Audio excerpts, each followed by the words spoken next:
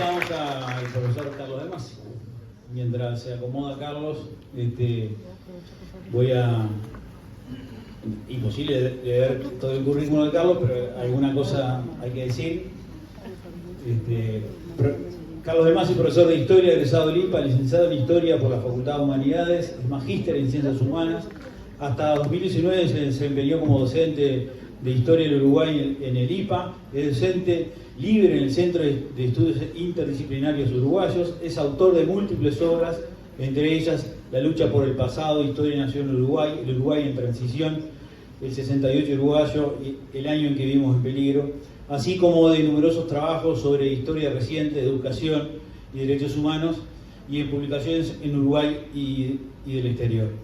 Es además, y esto lo veo yo, fue además docente de varias generaciones de actuales docentes, que tuvimos el placer de ser algunos de él, y recién conversábamos con un compañero que le seguimos robando los chistes que hacía en clase y siguen siendo efectivos.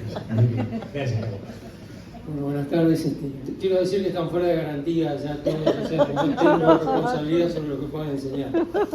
Bueno, primero que nada, muchas gracias por toda la invitación, por toda la movida, por toda esta inquietud que comentábamos. En realidad, la idea de este bicentenario está como un poco fría en la sociedad. Me parece que es importante venir y poder conversar sobre ella. Digamos, los momentos de conmemoración tienen esa doble función de que uno, digamos, conmemora, es decir, recuerda en conjunto un episodio del pasado, pero además eso sirve como disparador para reflexionar sobre él, y creo que estas reflexiones son importantes. Por otro lado, además, quiero señalar algo. Me resulta muy...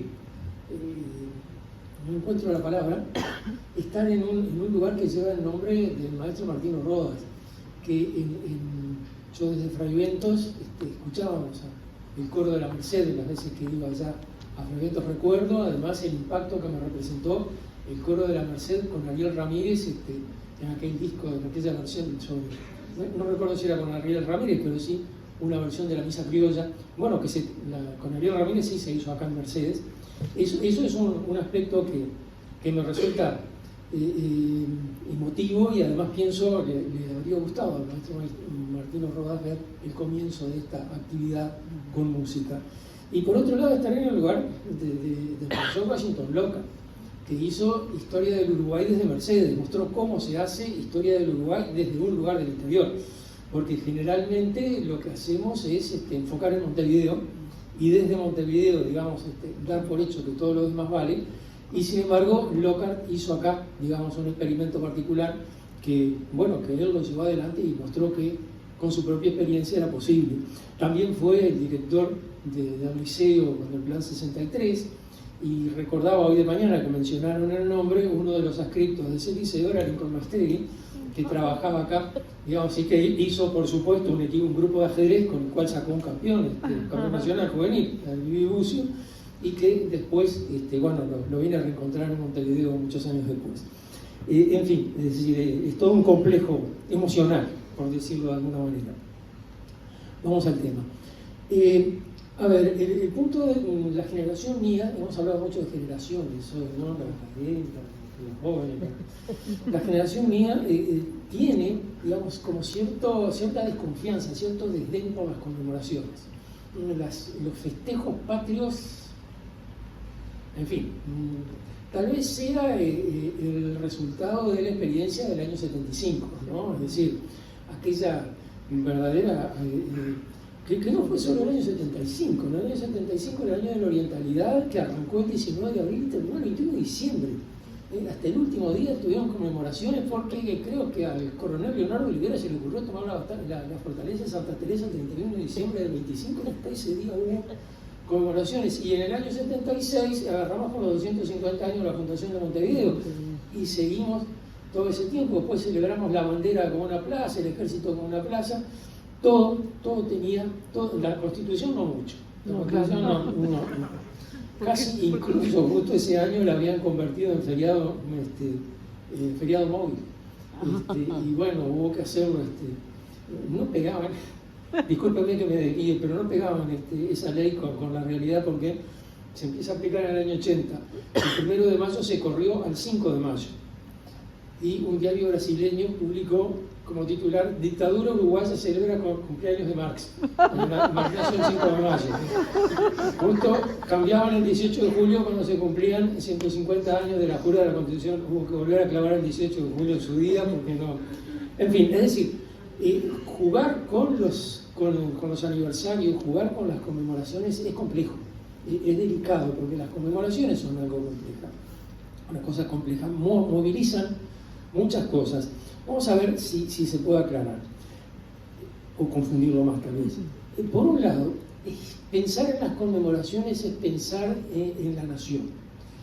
Y la nación es, digamos, un complejo intelectual emocional muy grande, que tiene la característica de que está instalada allí donde se construyen las herramientas con las cuales pensamos. Es decir, cuando hablamos de la nación, estamos hablando de algo que a su vez compartimos y pensamos. Si podemos hablar de la nación es porque estamos reconociendo a la nación en algún lado. Ese reconocimiento es anterior.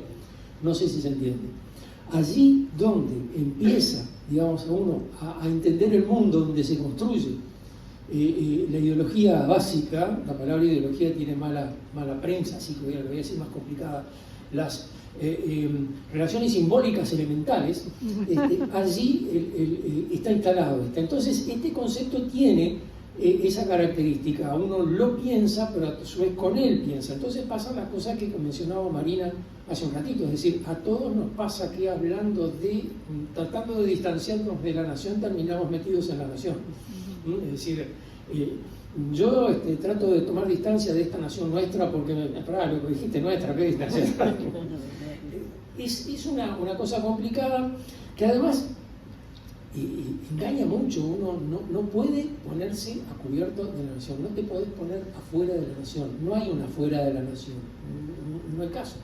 Es curioso, Hobsbawm se consideraba el único ser humano vivo que no tenía ninguna adhesión nacional, porque él había nacido en Austria, se crió en Alemania, vivió en Inglaterra, por eso escribió aquel de la construcción de naciones, diciendo, bueno, puedo ver el tema desde afuera. Mentira, no lo puede. Uno lee a Hobsbawm y se da cuenta que es un tipo que se crió en Inglaterra, es un inglés hablando de esos temas. Esos puntos, digamos, son los que resultan difíciles en el momento de manejar estos aspectos. Entonces, digamos, que si uno dice, bueno, entonces, si la nación está metida allí, ¿qué podemos decir? Bueno, lo primero que podemos decir es que es una emoción, es una épica. Es una épica, no le vas a sacar la épica, no intentes. Es decir, la nación tiene épica, siempre, ¿no? Porque por algo nos gusta ser una comunidad, que es lo que la nación dice. ¿Cuándo surge la nación? Vaya uno a saber, porque siempre hay un sentimiento de comunidad. La nación, las ideas nacionalistas comienzan en el año 1871 con el cuadro del desembarco del 33, empieza la construcción de la nación. ¿Y antes qué había? Había otra nación, o había otra construcción de la nación. Aquellos que en 1830 los invitan a participar en la jura de la Constitución y participan y la juran, eso no tienen una épica de la nación, si vienen de pelear por la nación. Es decir, siempre tenemos algo a lo cual hay que movilizar, a lo cual hay que transformar. Construir una nación, digamos, es una tarea que generalmente va por cuenta del Estado, ¿no? Los estados nacionales les sirve configurarse como nación, pero que además, y lo decían hoy en algún momento, necesita que la población lo apoye. Tiene que tener el apoyo de la población. Allí hay un diálogo donde las dos partes tienen voz y tienen voto. No cualquier proyecto de nación funciona, no alcanza con un gesto del Estado. Este punto, como decían hoy, en los años 90, no quiero decir que lo decía por respeto a Panela, pero en los años 90, hay un movimiento del tema de la nación, sí lo hay. se manifiesta de muchas formas. Ella mostraba, interesantísimo, las expresiones visuales de ese malestar nacional, pero es un malestar generalizado.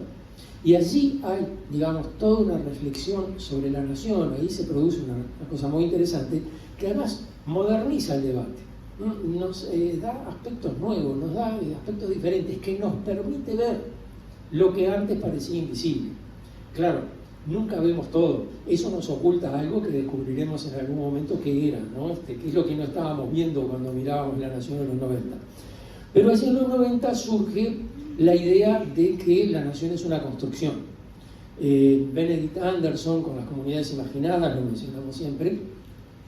Hoffman, tradiciones, invención de tradiciones.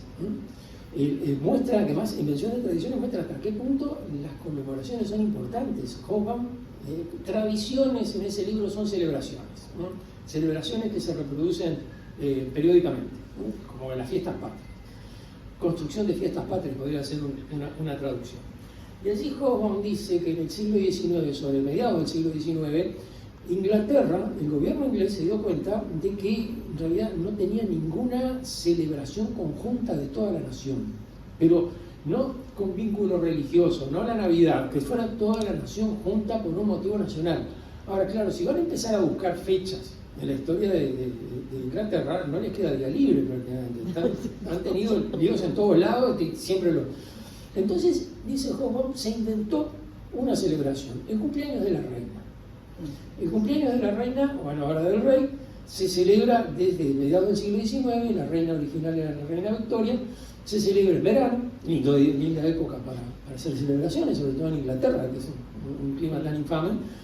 No tiene nada que ver con la fecha de nacimiento de Victoria, absolutamente. Se mantiene el mismo día desde el siglo XIX, ya se cambiaron los reyes y no hay problema, siempre lo hace el mismo día, pero tiene esa capacidad de convocar y sobre todo, más que celebrar al monarca, celebra al Estado. Estamos celebrando ser ingleses, estamos celebrando tener este rey porque somos ingleses y eso es una cosa que tenemos en común y nos gusta tenerlo. Ese es un poco el nudo de cualquier celebración, ¿verdad? Es decir, si queremos celebrar tenemos que tener algo para celebrar y para celebrarlo tenemos que tener una convocatoria que invoque a las dos cosas. Y entonces el punto de la convocatoria de la celebración es el punto crucial. Allí es donde se resuelve el tema. La convocatoria, digamos, de 1975, año de la orientalidad, como ese sesquicentenario de los hechos históricos de 1825, todo ese tipo de cosas, tenía un montón de cosas que iban a contrapelo de lo que era el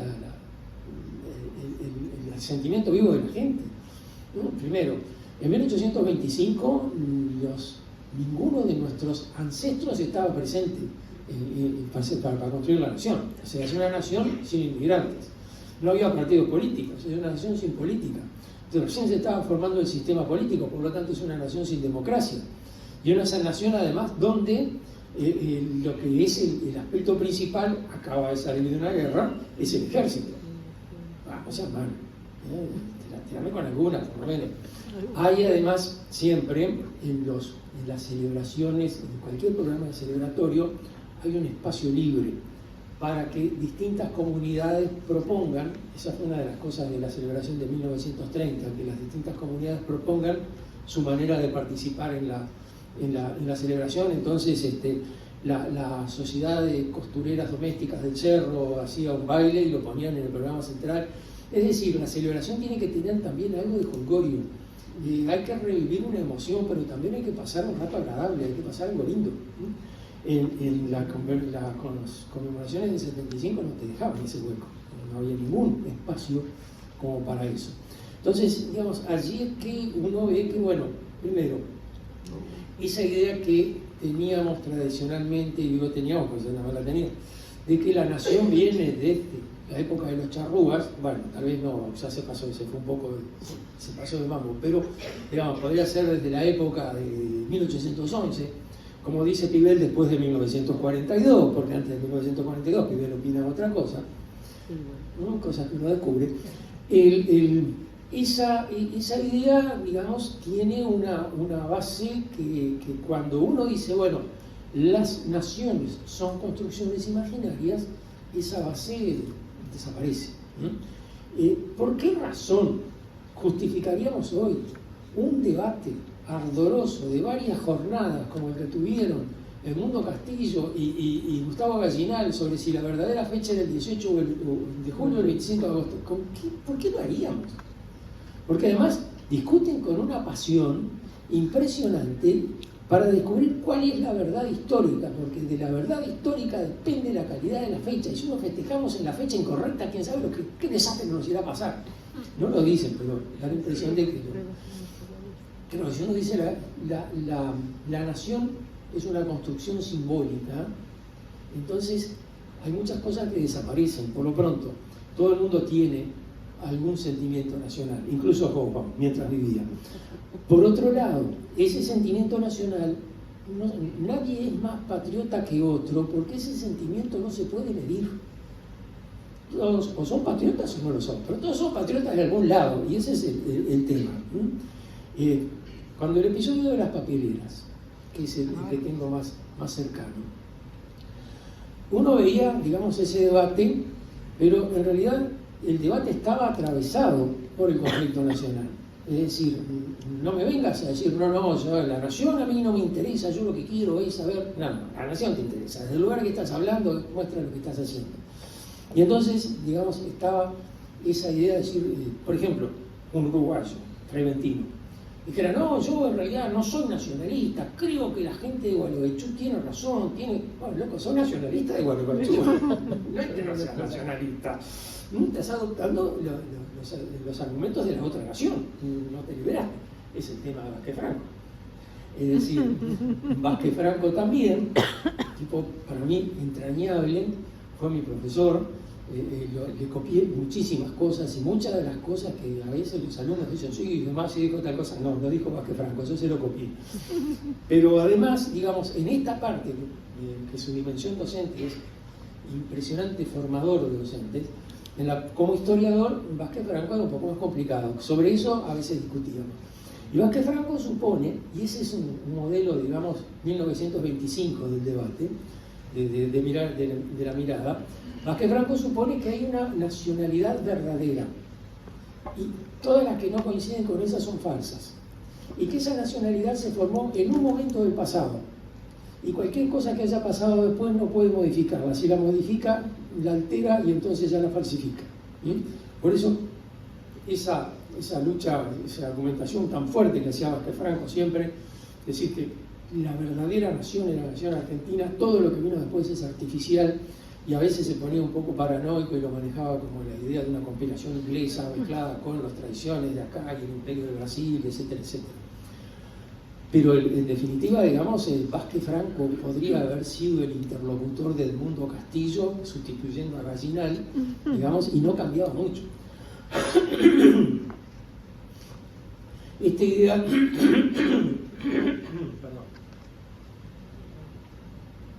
esta idea de que la nación, digamos, está siempre presente, muestra un giro importante en el siglo XIX, que esto es un tema que lo hemos estado viendo en este día continuamente.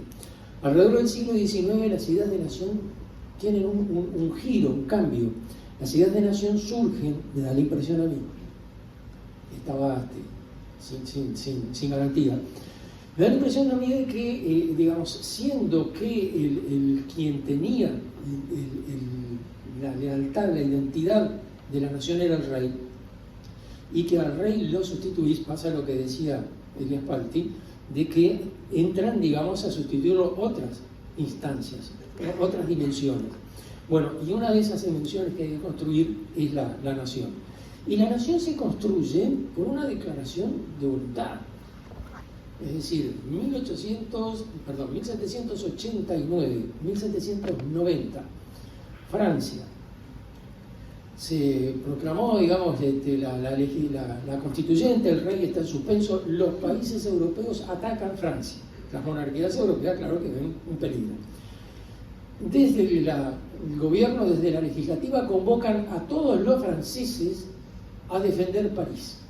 Fíjense qué difusa la convocatoria, a todos los franceses. Es decir, aquellos territorios que se consideran poblados por franceses mandan tropas, los que no se consideran franceses no. No importa ni el pasado, ni la tradición, ni el idioma, ni la religión, ni nada. Mandás un coso, vení. Y entonces, por ejemplo, los suizos de habla francesa no mandaron a nadie, no son franceses. Los belgas, los valones que hablan francés no son franceses porque no mandaron a nadie, pero en cambio alsacianos y loreneses que hablan casi alemán mandaron tropas. Esa fiesta que se llama la Fiesta de la Nación, que fue el 14 de julio de 1790, es además formadora de la nación francesa porque las tropas que venían de Marsella cantaron esa canción que después se convirtió en himno. Ahora, fíjense, se supone que se apoya en un gesto racional, pero resulta que la marsellesa nos conmovió. Es decir, también una dimensión de épica en todo este asunto. La marsellesa es una marcha guerrera, invita a luchar contra el enemigo. Entonces, digamos, esa incorporación racional, clásica, como se le llama, porque es la época del clasicismo, la época del clasicismo es muy racionalista. Esa época define la nación desde el comienzo. Las naciones que no tienen rey se definen así. Por eso es que en 1830 la Constitución se jura y la gente tiene que ir a jurarla. Y el que jura la Constitución forma parte de la nación. Y el que no la jura no, porque voluntariamente quiso hacerlo. Todo bien contigo, pero no formas parte, no podés votar. ¿Qué me importa votar? No, a mí tampoco, pero no podés hacerlo. Es decir, el voto tenía muy poca adhesión en 1830. Pero, digamos, acá hay un elemento que pesa mucho, que es cuando mediados del siglo XIX el romanticismo empieza a correr, y sobre todo se empieza la elaboración muy de las naciones de mediados del siglo XIX, de los estados de mediados del siglo XIX, Italia y Alemania concretamente, hacen una larga disquisición de la nación y allí es donde construyen el punto. Es decir, los estados italianos toda la vida habían estado peleados entre sí, siempre, desde el Renacimiento. Nunca pudieron aliarse contra nadie. Desde la caída de Roma en adelante, Italia fue un caos hasta 1870. Entonces, ¿de dónde vas a sacar que tienen una historia común? Una historia común de pelearse entre ellos. Alemania lo mismo. Los estados alemanes eran lo mismo. ¿Cómo armás un estado alemán, un estado italiano con toda esa diversidad? Y bueno, vamos a ponerle algunos otros criterios. Italia es una comunidad lingüística. Mentira, hablan distinto en todo eso. Pero vamos a hacer de cuenta que somos italianos y todos hablamos italiano. Alemania lo mismo. Tiene tradiciones comunes. ¿Qué tradiciones? Y bueno, vamos a buscarlas, algo de tener. Los hermanos Grimm, que eran lingüistas y que estudiaban estas cosas, se pusieron a juntar leyendas locales, así, cuentos domésticos. Por supuesto, inventaron el 80% de lo que escribieron, ¿no? Porque los cuentos esos de domésticos son impresentables. Se usaban para entretener las largas tarde-noches de invierno de la parte norte de Europa. Se juntaban todos alrededor de la fogata, de la única que había, y bueno, ¿qué vamos a hacer? Vamos a hacer cuentos. La gente inventaba cuentos, y según cómo era el auditorio, era el cuento que inventaba, y a veces Caperucita Roja o Blancanieves y los 7 enanitos se dedicaban a cosas que no venían al caso. El lobo y Caperucita, esa parte de Grimm no la puso. Y en cambio armó unas historias con principio, medio y final que después se hicieron muy famosas.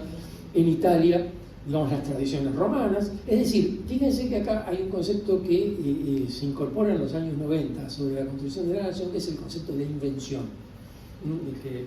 Lo que dice Benedict Anderson, la comunidad se imagina, la nación se inventa. Ahora, no se inventa desde la nada. Vos tenés que conmover aquellos puntos que te interesan, son convocables para la formación de la nación.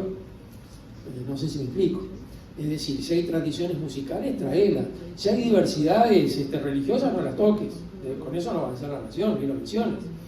Hacé hincapié en los aspectos comunes y borrar los que son aspectos conflictivos. Eso que, digamos, en los años 90 se planteaba con mucha claridad, que era la idea de que la nación se construye negociando los recuerdos y los olvidos. qué cosas hay que recordar y qué cosas hay que olvidar. Ahora, todo esto no es ingenuo, porque tiene, ya les decía, dos objetivos políticos claros. En un caso, la formación del Estado, Alemania e Italia, y por otro lado, poder disciplinar a la población para que esté dispuesta a hacerse matar por una abstracción, llegado el caso. Es decir, es un tema que está en el debate de 1923, está presente, es sorprendente cuando asoma, nunca aparece explícitamente, pero cuando asoma es sorprendente. Digamos, ¿para qué se necesita los integrantes de la nación? Para defender la nación. Para defender la nación cuando la nación es atacada. Defender la nación, ¿qué quiere decir? Quiere decir que tienes que agarrar una escopeta, irte hasta algún lugar para vos desconocido, pero que te han dicho que esto es parte de tu territorio, a matar a un tipo que nunca viste porque te parece que te está afectando en algo. Y el otro enfrente está con la misma idea, es decir, está ahí por la misma razón, solo que te quiere matar a vos. Entonces, esa circunstancia de tener que convocar a la población a ir a la guerra, hacerse matar, abandonar su casa, su trabajo, su familia, todo para ir a un lugar a pasar mal, bueno, para eso, digamos, es que se moviliza todo ese complejo emocional que es el nacionalismo romántico. Todo eso, la nación no se elige, te viene impuesta. Vos naciste en un lugar donde se habla determinado idioma, tiene determinadas tradiciones, tiene determinado territorio con determinadas fronteras, y eso es lo que tenés que defender, a eso le debes lealtad. Existe la idea, bastante absurda, de que si uno elige la nación, digamos, racionalmente, la va a deselegir cuando haya problemas. Los franceses eligieron ser franceses y fueron a pelear a la frontera. Los que juraron la Constitución de 1830 habían peleado contra los portugueses, los brasileños, los porteños, contra todo lo que se vinieran hasta ese momento. Es decir, una cosa no tiene que ver con la otra, pero sí se teme que eso puede ocurrir. Entonces hay un elemento movilizador, autoritario, por decirlo de alguna manera, en esta construcción. Pero está el otro lado de la cosa.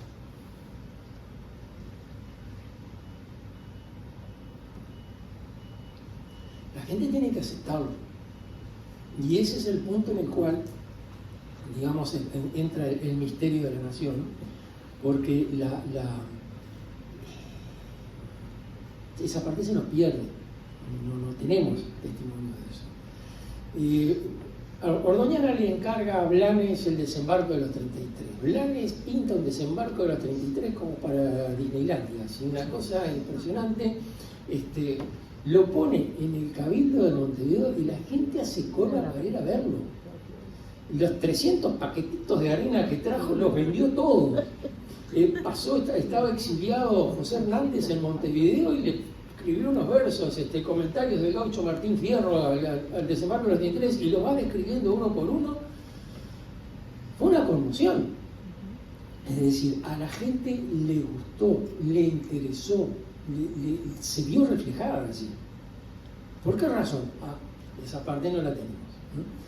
No sabemos por qué la gente eso le pareció bien, pero evidentemente eso le pareció bien. Después empezamos a partir de así las conmemoraciones propiamente. 1879, la que recordaba hoy el episodio, el 18 de mayo de 1879 se inaugura el Monumento a la Independencia en Florida. Hay algo raro que no... ¿Por qué el 18 de mayo? No tiene nada que ver con la fecha de la independencia. Bueno, pero ese día, digamos, es uno de los días fundacionales de la nación post-1870, porque allí se inaugura el primer monumento a un hecho histórico que tiene que ver con la independencia. Vamos a dejarlo así para no herir susceptibilidades. Y por otro lado, además, Zorrilla va allí y recita la leyenda patria. Y se convirtió en poeta de la patria, ese que Marina lo enseña. Entonces, ahí, digamos, como que hay una forma en que la nación quiere verse. Es una representación de la nación, donde los lugares principales son la conmemoración y la poesía. La emoción evocada por la poesía. Es la voz de la patria, pide gloria. En el año 1975 la escuché 100 veces en cuanto acto tenía que asistir, porque tenía que marcar la asistencia, en cuanto liceo trabajaba, que todavía tenía algún liceo que trabajaba, siempre algún alumno recitaba la Leyenda Patria, o a veces entre varios la recitaban. Yo ya me sabía varias estrofas, y conste que no la leo desde la época de la escuela. No le cuenten a nadie, por favor. Esa visión de la nación, esa imagen de la nación va a cambiar progresivamente. Y la otra conmemoración que encontramos es en 1911, pero ya la conmemoración de 1911 es mucho más militarista, mucho más autoritaria. Está muy centrada en los desfiles militares, que en la conmemoración de 1879 casi no se menciona. Supongo que habrán desfilado alguna tropa. Las tropas no estaban muy acostumbradas a desfilar, generalmente marchaban para pelear contra alguien y ahí era donde uno las veía. Pero acá probablemente hicieron un desfile. Pero, digamos, como que a partir de 1911, como que las Fuerzas Armadas, el ejército particularmente, se apodera de las conmemoraciones, ¿no? Se apodera además de la figura de Artigas, pasa a ser como el propietario de la figura de Artigas. Y allí están, digamos, todo ese montón de gestos, la inauguración del monumento a la Batalla de las Piedras, se echa a andar con más fuerza el tema de la estatua de Artigas. Hay una propuesta de conmemoración en la cual el Estado es agente y la ciudadanía es el público. Ustedes asistan y aplaudan. Esto es lo que va a pasar. Va a pasar el desfile y aplauden. Es una manifestación muy convocante, pero tiene, digamos, esa dirección tan fuerte, esa direccionalidad tan fuerte, de arriba hacia abajo. Yo armo el programa, vos haces lo que yo te digo. Ahora, en los años siguientes hubo otras conmemoraciones, pero ya el clima fue cambiando. En 1913, nadie se acuerda que en 1913 se conmemoraron 100 años de las declaraciones de las instrucciones del año 13. Una de nuestras fechas patrias alternativas, como propuso alguien en algún momento. Y allí lo que queda de eso es que a un camino medio raro en Montevideo le pusieron camino de las instrucciones, no se llama camino desde 1913. Pero ya allí se estaba empezando el debate sobre la reforma constitucional, ya el vallismo tenía problemas, el Partido Colorado, ya había una movida interna distinta, ya la unanimidad que se convocó en 1911, todavía bajo el reflejo del conflicto de límites con Argentina y el tema de la cuestión del Plata y toda aquella historia, en 1913 ya se había diluido. Lo que había quedado en primera fila era el conflicto interno. Entonces, digamos, allí se produce aquel, no sé si se produjo, por lo menos se relata, aquel curioso episodio de estaban cantando el himno y un italiano, creo que era, un extranjero, estaba con el sombrero puesto y entonces alguien le cuestionó, esto sí está en el diario, en un diario creo que se llamaba La Tribuna Popular, que alguien le dijo, vos sacate ese sombrero, tan idiota o algo así, los idiotas como también, una nota de color, pero más o menos el punto era así, ¿por qué no sacaba el sombrero? Que estos extranjeros vienen acá y no respetan a la patria. Y en el diario El Día, creo que Valle Ordóñez, dijo, bueno, tal vez no escuchaba bien, o tal vez era porque el sol le daba en los ojos y le molestaba, y por eso se dejó el sombrero, es decir, buscando una serie de argumentos absurdos, pero para en realidad mostrar que lo que era absurdo era la propuesta original, porque se tiene que sacar el sombrero porque está usando una música. Es decir, ya allí se está notando un conflicto que se va a desarrollar a lo largo de los años siguientes con la reforma de la Constitución, con todo ese debate sobre el colegiado, que llega a su fin, se lauda felizmente en 1917 con la nueva Constitución, se aprueba todo con el acuerdo de los dos partidos. En 1920 entramos en otro universo. Y en ese universo se plantea por primera vez el conflicto entre las dos formas de conmemoración, o la de 1830, 1930, o la de 1825, 1925. El modelo 1925 reproducía el de 1911. El modelo de 1930 evocaba un antecedente muy anterior que en realidad nunca había sido propiamente conmemorado. La Junta de la Constitución, en un día de fiesta, se hacía un tedeum, pero no pasaba más nada. Entonces allí, digamos, es donde se plantea este debate tan curioso. Y fíjense lo que decían hoy, no fue un debate político, pero fue politizado. empezó siendo un debate no partidista y terminó siendo un debate partidista. Y este es un punto que es interesante porque muestra cómo además la política incide sobre esta, la política partidaria. ¿Quién plantea que hay que festejar el centenario el 25, decidir cuándo se va a festejar el centenario, el 25 de agosto o el 18 de julio? Un diputado por 33 que se llamaba Luis Antonio de Hierro, le suena, ¿no? Abuelo de Luis Antonio de Hierro, el padre de Luis Hierro Gambardella. Él plantea, pero lo plantea ingenuamente, dice, bueno, se vienen estos momentos de celebración, vamos a ver qué vamos a hacer. Y así se forma una comisión y otro colorado, Pablo Blanco Acevedo, saca a toda velocidad un informe para forzar la decisión de la fecha de independencia es el 25 de agosto. Fíjense que es notable que el informe de Pablo Blanco, que se publica y se vende en las librerías antes de ser presentado en el Parlamento, eso es marketing, empieza diciendo que la fecha del 25 de agosto siempre se consideró como la fecha natural de nuestra independencia y por eso y hace todo un primer capítulo introductorio diciendo que siempre fue la fecha de independencia el 25 de agosto. Si eso fuera verdad, el resto del informe era innecesario. Sí, ya estaba. Es decir, lo que está construyendo Pablo Blanco es una realidad a partir de la institución de una nueva fecha. Allí, digamos, hay una tendencia conservadora que considera que la nación es el producto de una larga tradición. La tradición que antes había sido la maldición, por algo los partidos tradicionales se llamaban partidos tradicionales. Carlos María Ramírez puso partidos tradicionales y quedó la denominación, que tradicionales en 1872 quiere decir sin ideas, que son partidos con la cabeza vacía.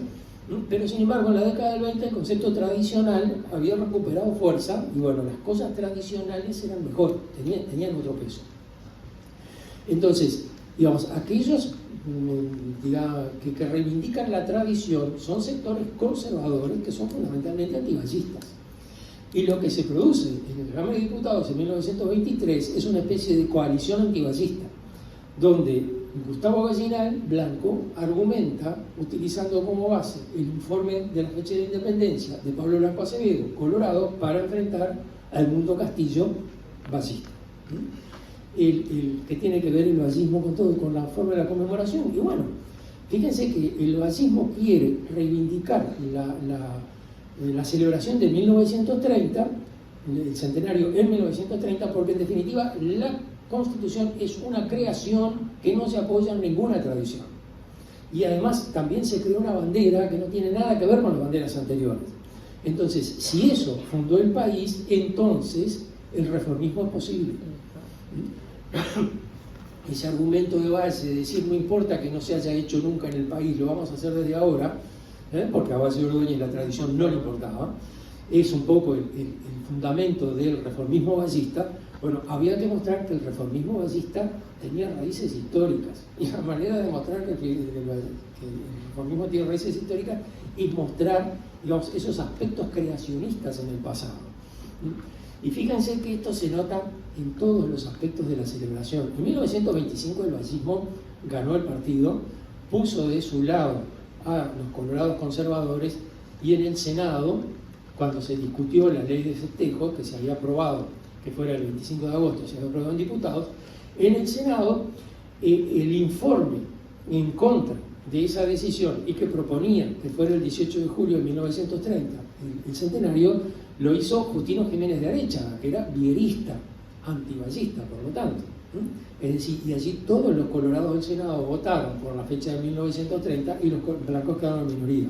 No hubo colorados antivallistas que votaran por la de 1925 en el Senado. Ven que acá hay una operación política, ¿no? La gente, los grupos no cambian de idea de esa manera. La conmemoración del 25 tiene ese, digamos, carácter tradicionalista, sigue un poco la pauta de 1911, plantea un poco un juego como que el Estado festeja, la gente mira. La de 1930 en cambio es diferente, quiere celebrar la creación de un tiempo nuevo y lo hace tratando de marcar el inicio de un tiempo nuevo.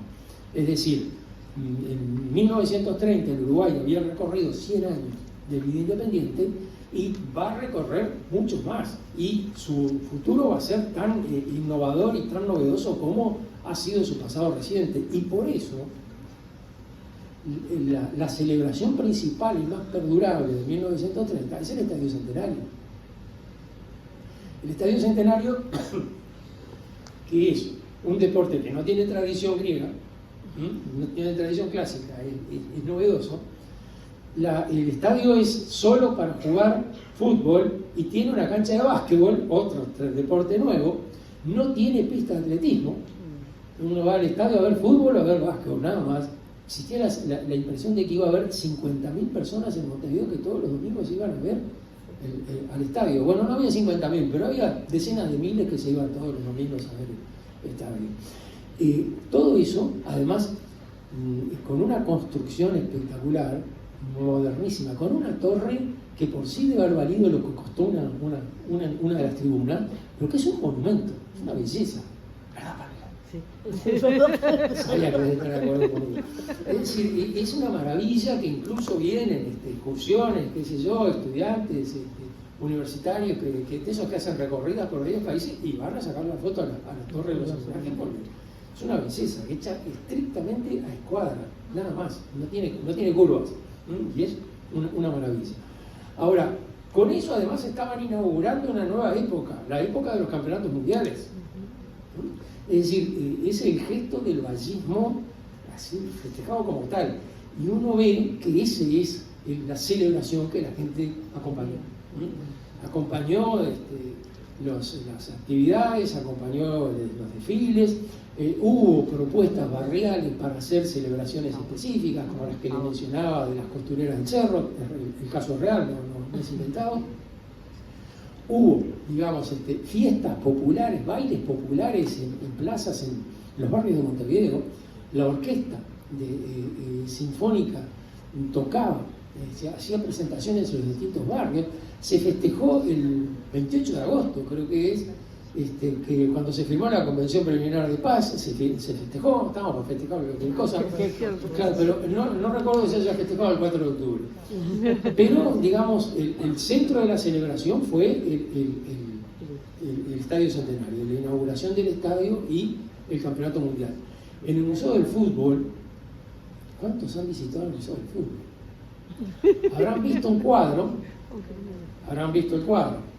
Hay un cuadro enorme que muestra el momento en que acaba de terminar el partido entre Uruguay y Argentina en 1930. Está todo, digamos, la nación representada en ese cuadro. Está visto además desde la tribuna, desde la platea América, es decir, estamos en el lugar de quien lo pintó no era cualquiera. Pero se ve toda la nación. No, se ve toda la celebración, se ven los protagonistas son los que están en la cancha, son la selección uruguaya, están festejando, se ha metido gente, está todo el mundo contento. Hay un hueco vacío en la tribuna, según dice la tradición, los hinchas argentinos que se mandaron a mudar cuando vieron que van perdiendo, ni falta que hacen. Y digamos, todo ese cuadro es prácticamente el retrato de la nación en 1930, ¿no? La clase alta en primera fila, el pueblo, una masa anónima en el fondo, digamos, los actores en la cancha, la torre con la bandera.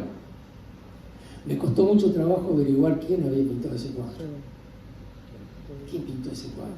No sé. Se llamaba Lilita Llamas Vázquez, era nieta de Alfredo Vázquez Acevedo, mujer. Y no sé qué haya pintado otra cosa. Se ve que en aquella época las hijas de los políticos se dedicaban a la pintura, o Petrona Naviera también estaba en la misma. Y ella, hasta donde pude ver, es la que pintó ese cuadro, que está allí en el Museo del Fútbol, muy poco valorado por sus valores artísticos o plásticos, aparentemente. A mí me parece una maravilla porque muestra, debo ser el único uruguayo vivo que reivindica ese cuadro, se acuerda que existe. Ahora, digamos, la celebración del 30 muestra además un determinado talante celebratorio. 1950 va a ser muy similar. 1950 se va a hacer los 100 años de la muerte de Artigas en Argentina, en Buenos Aires, como decía Marina. Se están festejando los 100 años de la muerte de San Martín. Entonces ahí, digamos, hay con unas semanas de diferencia, en junio en Argentina, en septiembre acá, y acá también hay una gran celebración. Y si uno la mira simbólicamente, la celebración de 1950 reproduce, corregida y mejorada, la de 1930. Igual que en 1930, Uruguay festeja el aniversario de su constitución. Igual que en 1930, Uruguay sale campeón del mundo. Pero a diferencia de 1930, quien está gobernando es Valle. En 1930 no estaba gobernando Valle. Valle había muerto en 1929. No es el mismo Valle, bueno, pero a Luis Valle le gustaba mimetizarse con el otro para hacer que fuera el mismo. Entonces, uno mira y dice, bueno, ¿cómo entender esa talante eufórico que tienen los uruguayos en 1950? Y bueno, ¿cómo podría ser distinto? Si todo les está saliendo bien. Vamos a decir la verdad, somos demasiado jóvenes, tendríamos que haber nacido en 1910. Sí. ¿Viste? ¿Coincidís conmigo? Digamos, es difícil recordar hoy el impacto que pudo haber tenido para un pequeño país que había peleado por su subsistencia así a capa y espada, que estaba siempre al borde del infinito, parado en la cornisa, empujado por Brasil, empujado por Argentina, qué sé yo, convertirse en un país que primero es un modelo mundial, el país modelo, es real, era el único estado de providencia que existía en el mundo. Valle Ordóñez es el primero que imagina el Estado, cómo estructurar el Estado para que sea propiamente el escudo de los débiles. Por otro lado, juega el fútbol. ¿A quién le importa el fútbol? A los que quieren ganarle a los vecinos y no tienen forma de hacerlo por medios militares. Hobsbawm dice, siempre citamos a Hobsbawm, ¿no? Hobsbawm dice que en el siglo XX el fútbol sustituye a los ejércitos en las luchas entre las naciones. Hobsbawm dice que él estaba en Viena, había ido de Londres a Viena en 1928, creo por allá, 29, que por primera vez jugaba la selección inglesa con la selección austríaca y que todo el mundo lo cargaba a él, todos sus amigos lo cargaban a él porque lo consideraban inglés. Y él en realidad no le importaba el fútbol. Pero a continuación dice, pero por suerte Inglaterra perdió. A vos te importaba el fútbol. Si no, ¿por qué decir por suerte? Es decir, el fútbol es, digamos, una construcción simbólica importante. Y fíjense, digamos, siguiendo este repaso, 1950, la conmemoración siguiente la tenemos en 1964, 200 años del nacimiento de Artigas. Pocos recuerdan esa. Ya el país estaba en crisis, la cosa venía complicada, venía mal. La siguiente en 1975. Peor aún. Claro. A ver, uno ve, digamos, las fotos y ve que hay mucha gente en las conmemoraciones de 1975. Muchísima gente. Entonces, bueno, pero la gente estaba allí. Aldo Marqués hizo una prueba de que la dictadura tenía apoyo, es que había gente. Sí, había gente en los desfiles, es claro. Pero si vas a hacer desfilar a los escolares, te aseguras como 5 o 6 en el público. No pasa eso. Y como en todos los desfiles había desfiles escolares, te aseguras una buena presencia. Pero era así una cosa militarista impresionante. Cuando se inaugura el mausoleo de Artigas, 19 de junio, creo que del año 77, un frío mortal, es una cosa que los alumnos escolares no podían llevar abrigo por encima de la túnica, porque tenían que lucir las túnicas, ¿no? Y además tenían que recorrer una cosa y estaba en donde se tenía que parar cada escuela, tenía que quedarse aquí quietito esperando que, no sé qué. Claro, y además decían, en todas las esquinas, creo que cada 2 esquinas habrá una ambulancia. Para cada niño. Claro que se ponían de frío, ¿no? ¿Quién quería estar allí? ¿Quién podía sentir que eso le resultaba de alguna forma emocionante? 1980 hay un episodio interesante. Está los 150 años de la jura de la Constitución. También, al fin del año, se juega el mundialito. Y entre medio, inoportunamente, está el plebiscito del 80. Que no corrió. Entonces, digamos, allí muestra un poco lo que decía Marina hace un rato de la capacidad de arrastre que tiene el fútbol. Porque, digamos, los militares organizan presentan el juego. Yo creo que con la idea de, bueno, hacer una especie de gesta celebratoria después del triunfo del plebiscito. Bueno, no salió así, salió horrible. Y hay una película, y la película muestra el estadio cuando va a jugar el partido inaugural. ¿Y qué muestra? A los uruguayos, todos con la mano en el pecho cantando el himno como lo cantan en el estadio, a grito pelado, y por supuesto aparece el vicealmirante Márquez y toda aquella cáfila que estaban en aquella época cantando el himno, y todos cantando el himno. Parece que todos son una manga de facho. Parece que todo el mundo está de acuerdo con la dictadura. No. Esa gente votó por no 30 días antes. No cambió de idea. Una cosa es la nación y otra cosa es el gobierno. Y la selección identifica la nación mucho más que cualquier otra cosa. Es notable, digamos, que a partir del año 2005-2006, que la selección empieza a ganar, como el sentimiento nacional resurge. Incluso lo que más me sorprendió en aquella época, encontrar a alguien que en un lugar de internet, digamos, había puesto como dato de su perfil la siguiente frase: yo no nací en Uruguay, yo no elegí nacer en Uruguay, solo tuve suerte. Que es la inversa de lo que pensaban 50 años antes.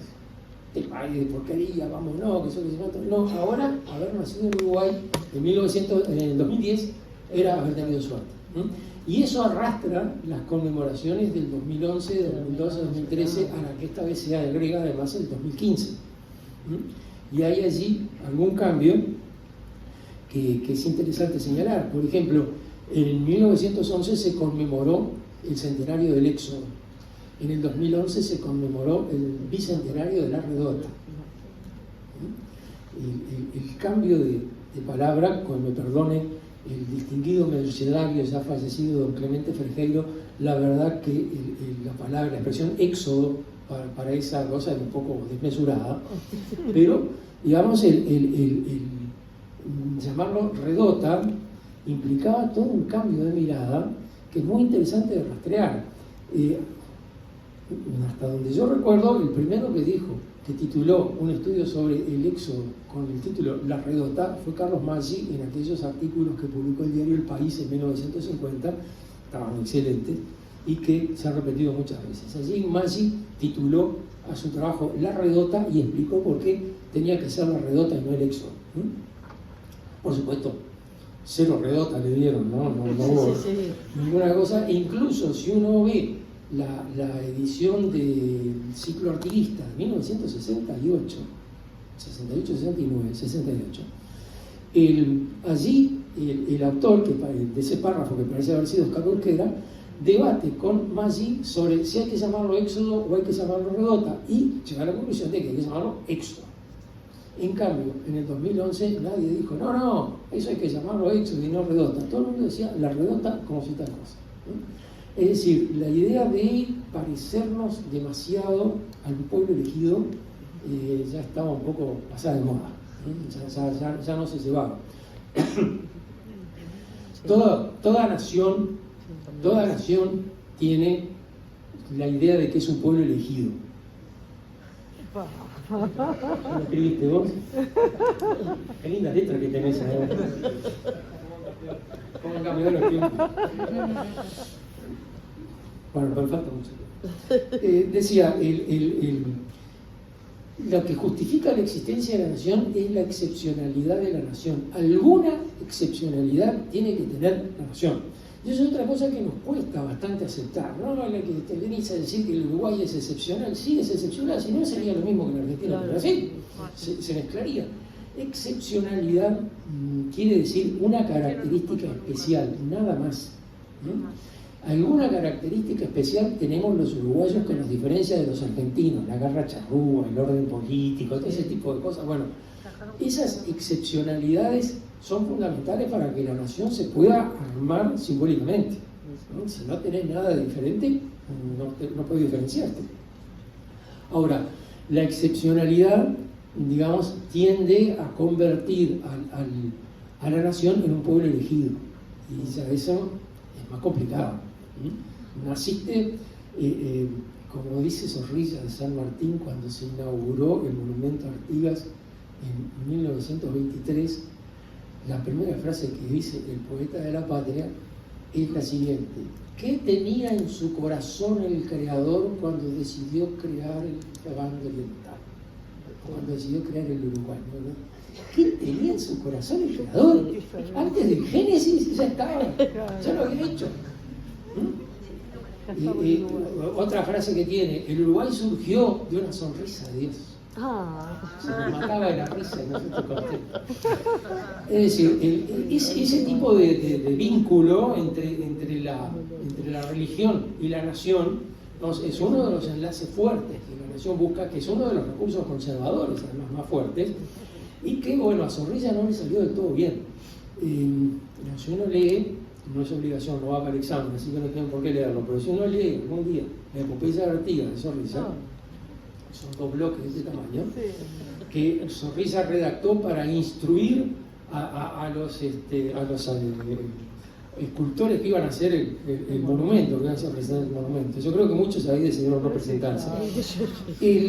Ahí Zorrilla trata de crear un Artigas que es casi Jesús. Imagina la capilla en purificación, las campanas de la capilla de purificación, ¿de dónde las habrá sacado? Y Artigas que pasaba de la misa a dictar normas para todo. Es decir, esa idea de que, bueno, lo dice expresamente, que Artigas reproduce el ciclo de Jesús, y que para él también hubo una corona de espinas, a diferencia de que Jesús vivió 30 años más, pero bueno. En el año 12 más o menos, 1910-12, que fue cuando se llamó a concurso para la graduación del monumento que está en la Plaza Independencia. Es decir, esa idea, y el Uruguay no mordió esa idea de ese vínculo tan fuerte con la religión. ¿Eh?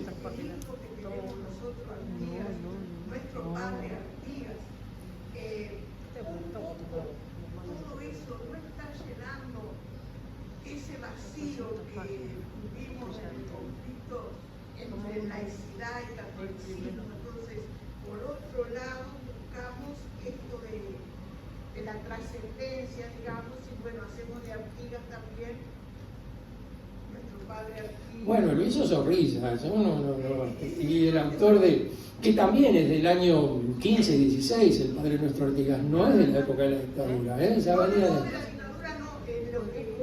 Sí, claro, sí, porque no, lo decía no por tus palabras, sino porque generalmente se entiende, como eso se cantaba en la época de la dictadura, en las escuelas, y eso se piensa que es de la dictadura, no, es creo que incluso el secretario Valle hizo la letra, que era poeta, Ovidio Fernández Río, no me acuerdo, no quiero decir esto.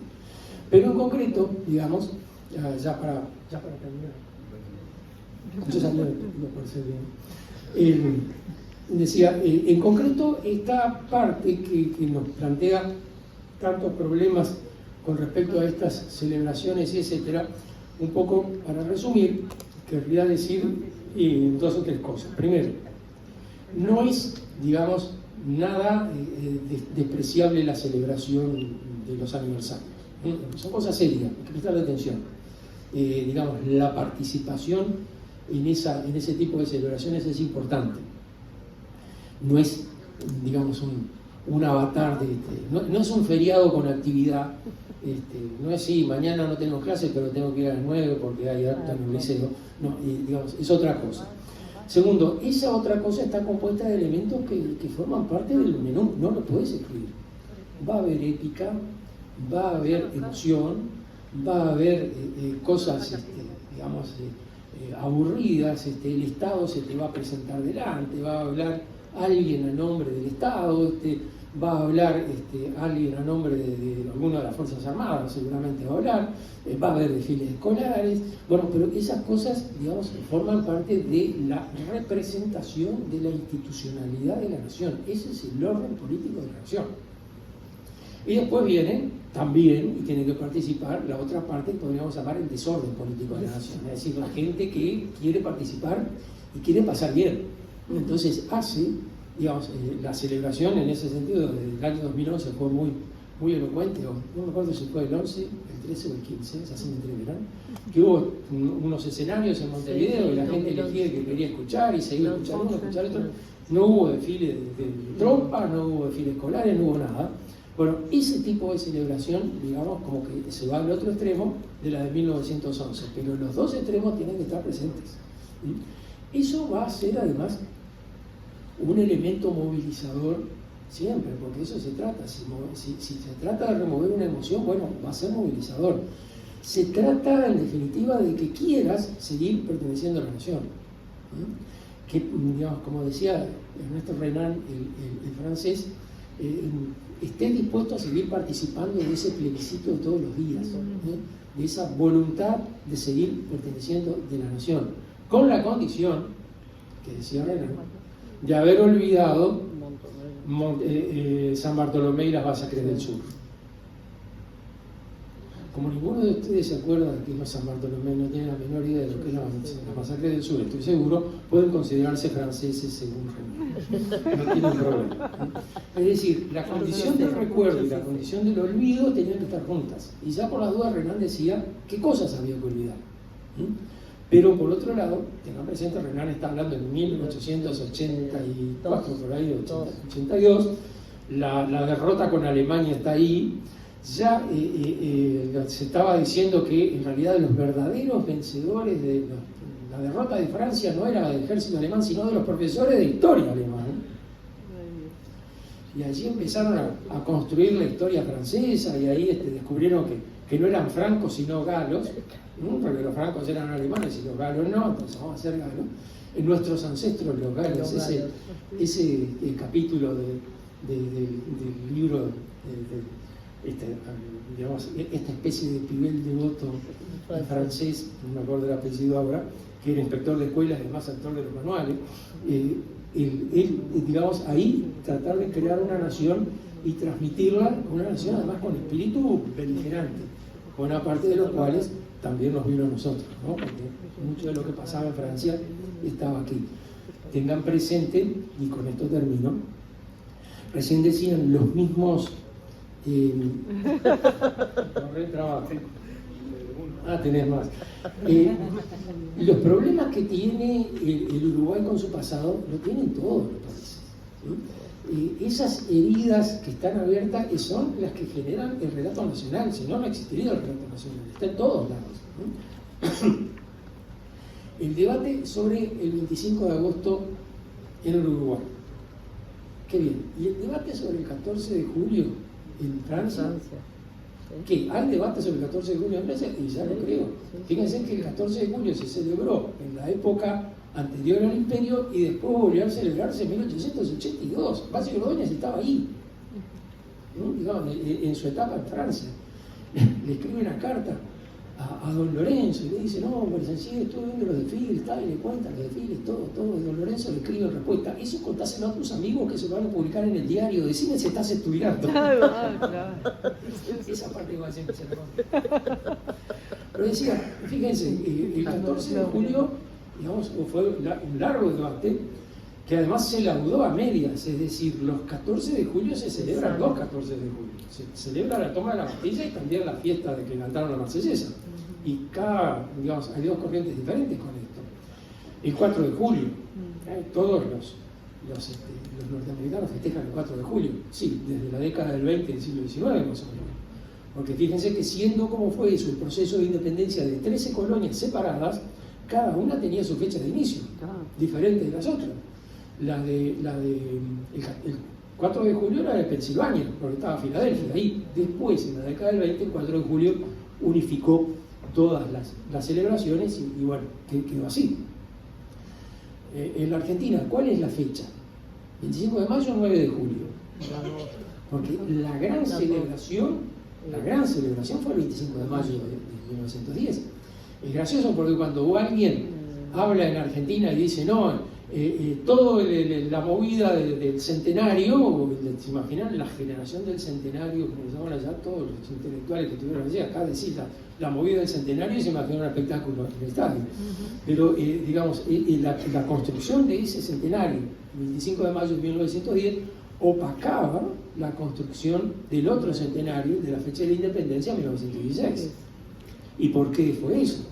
Marina, perdón, Buenos Aires. Buenos Aires, claro. El 25 de mayo celebra Buenos Aires, el 9 de julio no ocurrió en Buenos Aires. ¿No? Y después de haberse pasado 100 años peleando con las provincias para ser capital, una vez que logra ser capital, bueno, déjame festejarlo, vamos a hacer una cosa bien. Es decir, allí hay una serie de elementos de los cuales no nos podemos librar.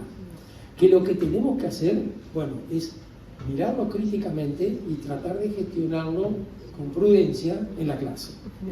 Es decir, no, el sentimiento nacional no necesita ser exaltado, se exalta solo. Suelta un poquito el resorte y salta. Ese sentimiento nacional tampoco puede ser eliminado ni abatido, nada. No le discutas contra su opinión nacional porque perdés. Es su identidad, no va a perder un pedazo para hacerte caso a vos. Pero en cambio sí hay, digamos, una dimensión en la cual eso puede mirarse críticamente y puede verse, digamos, como una manera de entrar a una dimensión tan difícil de explicar siempre, que es el cambio histórico, el cambio de época histórica. ¿Por qué en 1830 la gente subía espontáneamente a poner las manos sobre la Constitución y a decir el juramento? Si quería, podía subir y la gente subía. ¿Por qué en 1879 la gente compraba las ediciones de la Leyenda Patria? ¿Por qué en 1911 participaba masivamente en los festejos? Bueno, esa parte, digamos, nos queda siempre un poco como la pena. Pero bueno, era eso más. Muchas gracias.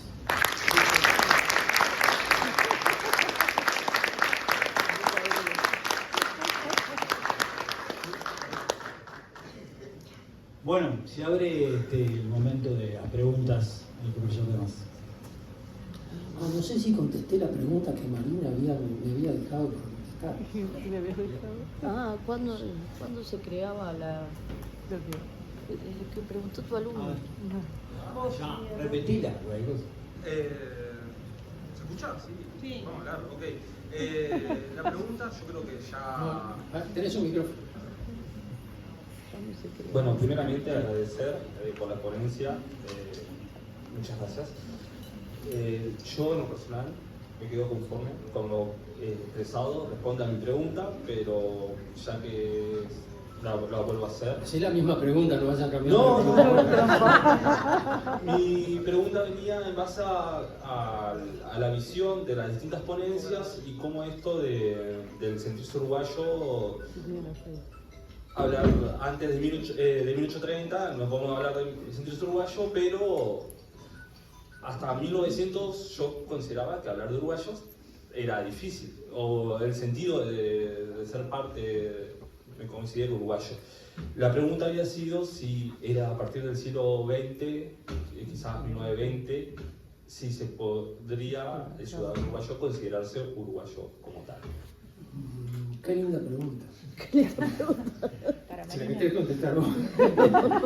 No, vos sabés que sí, ese es un tema interesantísimo. Es decir, uno encuentra, leyendo las actas de 1830, cuando se está discutiendo el nombre del Estado, Ellauri propone Estado de Montevideo.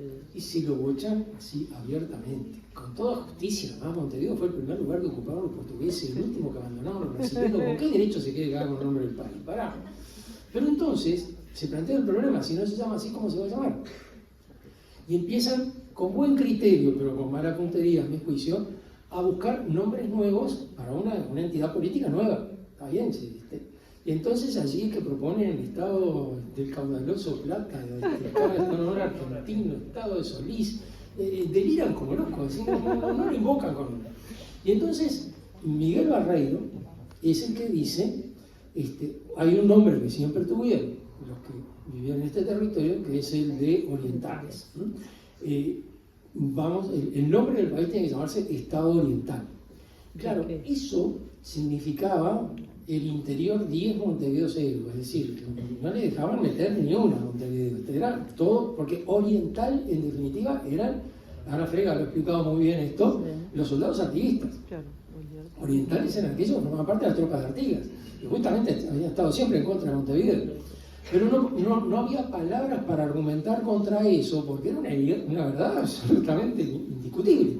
Entonces alguien dice, bueno, pero como no tiene sentido que el Estado se llame oriental y no se sepa al oriente de qué, vamos a agregarle Estado oriental del Uruguay, ¿no? Entonces estuvieron de acuerdo de decir, en realidad tiene sentido que se llame, y yo siempre lo planteaba en la clase, hay un Estado europeo que se llama Estado oriental y a nadie nunca le llamó la atención. ¿Cuál? ¿Cuál? Estado oriental. Ah, ahora que fue mi servicio. Austria, en alemán, quiere decir Estado del Este. ¿Del Este de qué? ¿De ahí? De ahí. No saben alemán, bueno, pero saben español. Dinamarca quiere decir frontera de los daneses, pero no te dice de qué lado están los daneses. Puede ser, ahí terminan los daneses o ahí empiezan los daneses. Es decir, el nombre no tiene que ver, lo que se buscaba si era una amortiguación para que, digamos, el Estado oriental no fuera lo que es. Ahora, en la región, en la Argentina particularmente, y en este territorio, cuando se habla del Estado se dice Estado oriental. Pero, como se quiere traer inmigración, y en Europa el oriente es otra cosa, entonces allí le empiezan a girar el nombre. Entonces, por ejemplo, ¿qué es el oriente en Europa en 1835? Bueno, fíjate qué es lo que los libros denominan la cuestión de Oriente. La cuestión de Oriente es los líos implacables, las masacres espantosas y la inestabilidad política permanente de Yugoslavia, de los Balcanes. Hay una novela que yo leía en mis tiempos infantiles, se llama El prisionero de Senda, que justamente relata en clave imaginaria, pero con mucho apoyo en la realidad, lo que es la inestabilidad política de ese lugar. Si vos le decís a un europeo, mire, lo invito a irse al Estado oriental, No. por favor, por eso me tiro acá por la ventana, me ahorro un viaje. Entonces, allí se le empieza a llamar la República del Uruguay. En los folletos que hacen los tipos que tratan de conseguir inmigrantes para esta región, le llaman la República del Uruguay. Entonces, República del Uruguay empieza a ser en Europa conocido este territorio que acá es el Estado oriental. Ahora, ¿cuándo llega acá la denominación? La denominación acá llega en los años 70, 1870. Hasta donde yo he podido encontrar, la primera institución que lleva al Uruguay en el nombre es la Asociación Rural del Uruguay. Domingo Ordóñez, siempre aparece presente. Es decir, allí es donde está por primera vez el nombre Uruguay. Y después empieza a aparecer Ferrocarril Central del Uruguay, por ejemplo, empieza a aparecer más frecuentemente y ya se empieza a naturalizar en los años 80 del siglo XIX. Fíjate que había dos asociaciones, digamos, sociales, así de mucho vuelo, que se fusionan en una sola. Y a esa le ponen, 1882, creo, Club Uruguay, no Club Oriental, Club Uruguay. En cambio, en Buenos Aires, los residentes que están allá en Buenos Aires le siguen llamando el Club Oriental al Club de los Residentes Uruguayos allá en Buenos Aires. Esto después, ya en el siglo XX, tiene un giro mucho más fuerte. En buena medida, el Uruguay es el nombre del Estado independiente. El Estado oriental es el nombre de una entidad que todavía consideraba que su independencia era provisoria. Estoy opinando, mirá que todo esto es puro pase. Pero digamos, el hecho de que al final se viene a cumplir lo que era la intención de aquellos constituyentes que querían inventarle un nombre nuevo y no encontraron un nombre adecuado, bueno, en definitiva, Uruguay, que era un adjetivo, para decir al oriente de qué se encontraba este territorio, pasa a ser un sustantivo, el nombre. Y lo que era sustantivo, oriental, pasa a ser adjetivo. Y se produce ese giro tan interesante. Pero Ana Freda escribió un trabajo que coordinó Chiaramonte sobre el tema de los nombres de los países, y yo había hecho, y por eso, ¿viste? Entonces, pasa, no es que vengo, había estudiado en algún momento una cosa que se llamaba de orientales a uruguayos, que mostraba un poco todo ese tránsito de considerarse una especie de provincia excluida que quiere volver a su origen, a considerarse un Estado independiente que ya no quiere saber más nada con sus vecinos. Pero, digamos, justamente, decía que la pregunta me parece muy buena porque apunta directamente al aspecto central de la identidad, que es cómo te llaman, cómo te denominan. Prometo que si me hacen otra pregunta, es una respuesta más corta. No, sumando a eso, Carlos, mucha gente mayor, cuando le preguntabas, ¿no?, la nacionalidad, te decían orientales y no uruguayos. Sí. A ver, hasta no hace mucho, cuando la nacionalidad, la denominación de la nacionalidad era oriental. Y no sé si eso se cambió, pero todo el mundo ahora pone uruguayo. Pero, digamos, no quieren que nos confundan con los habitantes de aquellos Balcanes tan complicados. Ella había pedido la palabra. No, que siempre me quedó en duda de que festejamos la independencia el 25 de agosto, pero no éramos totalmente independientes. Y tú nombraste la fecha 4 de octubre.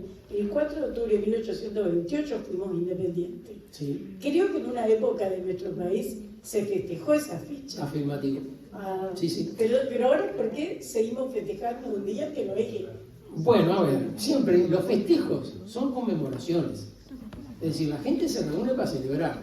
Y entonces celebramos la independencia el 18 de mayo sin ningún problema y inauguramos el obelisco de los constituyentes un 25 de agosto, no pasa nada.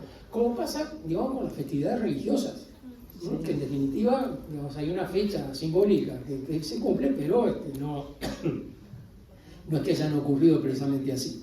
Ahora, el 4 de octubre en el siglo XX tiene un peso importante, que es el Día del Animal.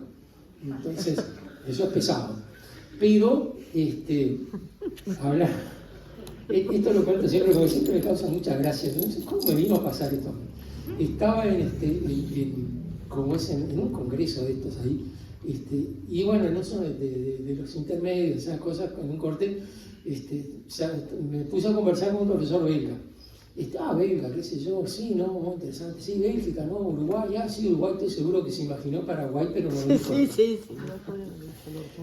Sí, le digo, tenemos muchas cosas en común. Chico, no, mirá, ¿qué tenemos en común? Bueno, le digo, países pequeños, la desembocadura de un río importante, vecinos importantes que los codician ese territorio, hace casitas, bueno. Y además tenemos un padre fundador común. Ahí le tembló el... ¿Cómo? Sí, le digo, Lord Ponsonby estuvo en el Río de la Plata y también estuvo en Bélgica.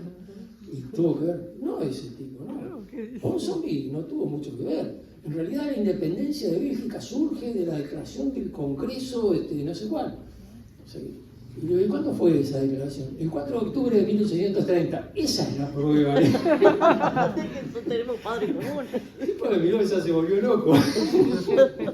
Pero sí, casualmente el 4 de octubre era la fecha de independencia de Bélgica. Me gustaba el 4 de octubre. Hay una película que hicieron hace poco en la cual me pidieron participación, la vi, está muy buena, se llama Ponsonbylandia, que el autor entrevista a gente acá sobre Ponsonby y se va a Bélgica. Y pregunta en Bélgica, no tienen la menor idea de quién es Ponsonby en Bélgica, son muy ignorantes, pero tienen muchos puntos en común la Bélgica con Uruguay. Y uno dice, bueno, ¿cómo definiría Bélgica? ¿Cómo definiría Uruguay? Bueno, más o menos aparecen las mismas cosas. Ese punto, digamos, de la fecha correcta es justamente el gran punto del debate. Ahora, no hay una fecha correcta, no la hay. Digamos, los acontecimientos se van produciendo encadenados y sin mayor relevancia. En algún momento decir, bueno, acá logré que fulanito firmara para que juegue en tal equipo. Bueno, pero digamos, eso tal vez en el futuro sea una gran cosa, pero por ahora es nada. Y los que están participando ahí no tienen esa idea. Todo el debate en 1923 es sobre si el 25 de agosto es la fecha correcta. Y punto central está en que si vos considerás que el 25 de agosto es la fecha correcta, es porque allí, como dijo Traversoni, con una expresión que me encanta, porque no, es lo más parecido que encontramos en nuestra historia a la expresión del deseo de ser independientes. Lo más parecido que encontramos. No es cuando la población dice, pero porque en el concepto romántico de nación, la nación se configura a lo largo de su historia y se consolida en el momento en que reclama ser independiente. Es decir, cuando la nación quiere formar un Estado nacional, ahí, bueno, ¿y cuándo quisimos formar un Estado nacional? Bueno, nos salió. Por eso es que, digamos, lo más parecido que se encuentra es el 25 de agosto. El 4 de octubre es una independencia concedida, ¿viste? Tiene valor de reventa, así, como que fuera de segunda mano, ¿no? Esa no tiene valor, tiene que haber sido reclamada, ¿no? Si no la reclamaste, no vale. Normalmente, los relatos nacionales construyen a partir de un escenario lleno de sangre, pólvora, polvo, muertos, gritos de dolor, cosas por el estilo, mucha guerra, pero si uno va a los hechos, casi siempre es un acuerdo. Hace un tiempo hice una experiencia, cuando estaba haciendo la tesis, yo hice la tesis de maestría sobre justamente las conmemoraciones del 25, del 25 y del 30, y todo ese debate.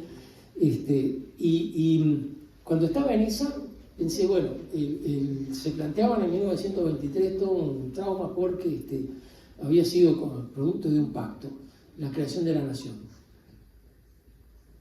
La paz de Versalles fue la gran inventora de países en Europa del Este.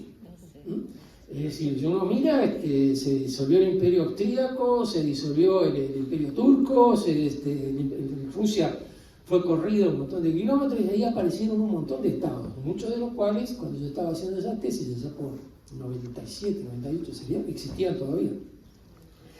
Entonces, bueno, esos países surgen de las firmas de convenios que se hacen en un país extranjero por potencias extranjeras. La Comisión Preliminar de Paz se va de Europa. Bueno, ¿qué fecha de independencia festejan esos países? En aquellas épocas difíciles que no existía Google, había que llamar por teléfono a las embajadas y preguntar. Me tomé el trabajo, por supuesto. Todos tienen una declaración que hizo el patriarca nacional en el territorio en algún momento, después de 1917, 18 por ahí, o una batalla que ocurrió en, yo qué sé, en la Edad Media, en el siglo XII, y que a partir de allí la nación, ¿el Estado cuándo surge? No, surge a partir de la declaración de tal o del Congreso, el cual, loco, te firmaron en otro país, no seas malo.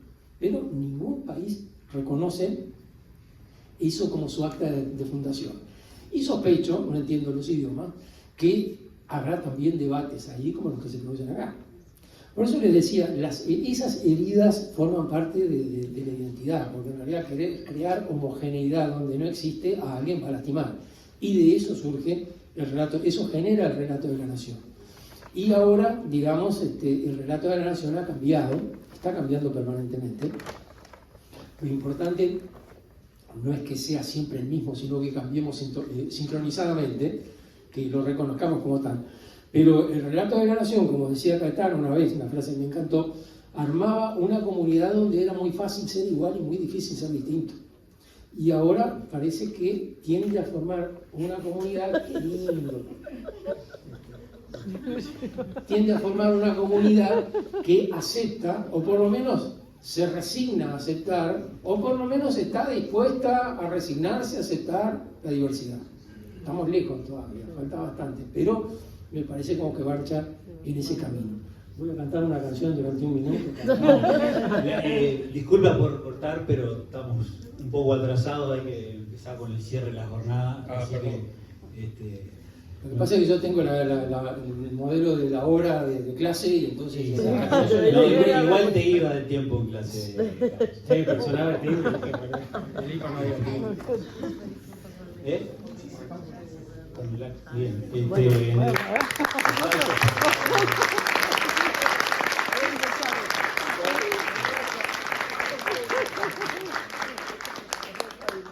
Bueno, para el cierre tenemos una presentación del grupo de danza folclórica Vidaí de Villa Soriano. un dato